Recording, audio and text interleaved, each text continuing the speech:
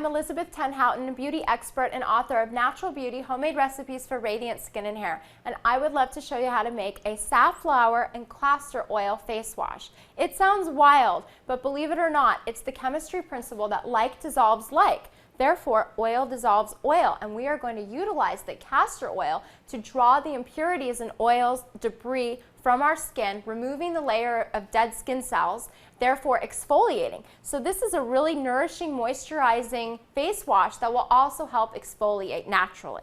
We mix 1 tablespoon of the castor oil, heavily diluted with the very hydrating safflower oil, 3 tablespoons of which we mix together very well, and massage into your face, and you're going to put it on a dry face. That's important. You're going to leave it on for 10 minutes, let it sit, really thoroughly absorb into your skin, let it moisturize your skin, let it draw those impurities out, and your skin is not going to be squeaky clean after, but rather supple and hydrated with a glowing complexion. Again, my name is Elizabeth Tenhoughton, and that's how you make a safflower and castor oil face wash. Thank you so much for watching.